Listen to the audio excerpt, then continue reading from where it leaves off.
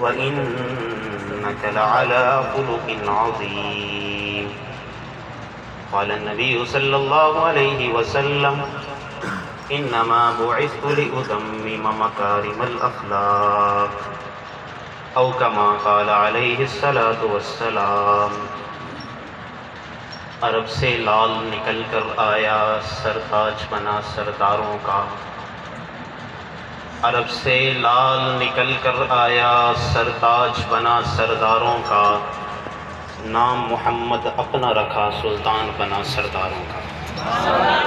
انتہائی قابل احترام ارباب علم و دانش، اصحاب ذی شعور، احباب فکر و نظر، اساتذہ کرام اور مسلک حق اہل سنت والجماعت سے پیوست سنی نوجوانوں، میں آج بعدت خدا بزرگ ہستی کا تذکرہ خیر غیروں کی زبانی آپ کی توجہ کی نظر کرنے کی جسارت کر رہا ہوں، کیونکہ جس باعث تخلیق کے صدقے عالم کی انجمن سواری گئی تھی، قضاء و قدر کی نغمہ آرائیاں ہوئی تھی، ابتدائے آفرین شہی سے جس کے استقبال کی تیاریاں شروع ہو گئی تھی، مشاہدہ قدرت نے جن کی پاکیزگی کے نقوش سنوارے تھے، پھر سیرت کے کرتاس پہ دیکھیے نا، الفضل ما شہدت بہ الاعداء کہ آپ کے مخالفین کی زبانوں پر وجوہ مخالفت کے باوجود اور طعن و تشنیع کے انبار کھل جانے کے بعد بھی سید الاولاق مہتاب ارض و سما کی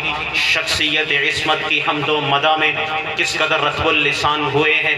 چنانچہ سیرت نبویہ ابن حشام کی روایت کے مطابق آپ کے اوپر وحی آنے سے قبل قریش میں آپ کا لقب صادق و امین تھا.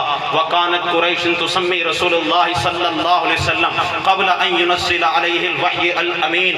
شفاء بالتعریف حقوق المصطفیٰ کی روایت کے مطابق عتبہ بن ربیعہ آپ کے لائے ہوئے کلام لا ریب کے بارے میں یہ بیان کرتا ہے، واللہ لقد سمعت قط ما ہوا بالشعر ولا بالسحر ولا بالکاہنہ. رب کعبہ کی قسم میں نے ایسا کلام نہیں سنا، نہ تو یہ شعر ہے، نہ جادو ہے، نہ قصہ و کہانت ہے. ابھی میں یہ پڑھ رہا تھا کہ سنن ترمذی میں جانی دشمن ابو جہل جیسا جانی دشمن بھی آپ کے لائے ہوئے صدق میں تفرد کے اقرار کرتے ہوئے کہتا ہے، انا لا نکذبک ولکن نکذب بما جئت بہ. ہم محمد کو جھوٹا نہیں کہتے، ہم تو اسے جھٹلاتے ہیں جو یہ لے کر آئے ہیں. ابھی میں مشرکین عرب کے اقوال کے عمق سے دامن چھڑا نہ پایا تھا جو صورت نبوی کے تفرد، جمال نبوت کی تازگی، حسن رسالت کی مناؤں میں مجھے اب مغربی مصنفین فرد عقیدت میں دول دماغ جھکائے نظر آتے ہیں. چنانچہ نیپولین بوناپارٹ اپنی کتاب The Maxim Thought of Napoleon میں لکھتا ہے، محمد was the supreme leader who inspired the Arab with timeless lesson of unity. محمد دراصل سردار اعظم تھے، آپ نے اہل عرب کو اتحاد کا درس دیا. باصور سمیت آج کے نام نہاد انسانی حقوق کی تنظیموں کے سامنے حقیقی محسن انسانیت کے کردار کی گواہی میں اپنی کتاب محمد اینڈ محمدنزم پر یہ رقم دراز ہے. The Prophet Muhammad always paid special attention to orphans. محمد نے ہمیشہ یتیموں کا خیال رکھا، غلاموں پہ توجہ دی. سر ولیم جیسا متعصب قسم کا مصنف بھی آپ کے اخلاق عظیمہ اور صحابہ حمیدہ کے سامنے گھٹنے ٹیکتے ہوئے یہ بات ماننے پر مجبور ہے. In his youth, Muhammad always came conduct all to marriage. محمد اپنی جوانی میں انتہائی راہ راست اور پاک باز انسان تھے. میرے دوستو، اللہ کے نبی کے بارے میں جدید امریکی مصنف فلک کہٹی اپنی کتاب ہسٹری آف عرب میں لکھتا ہے، محمد وہ واقعی شخصیت ہے جس نے اہل عرب کو بغیر خونریزی کے اتحاد کے نام پر، مذہب حقہ کے نام پر جمع کیا اور حاکمیت فقط اللہ کی تھی. اسی لیے ہری چند اختر ہندو شاعر نے کہا تھا، کس نے ذروں کو اٹھایا اور صحرا کر دیا، کس نے قطروں کو ملایا اور دریا کر دیا.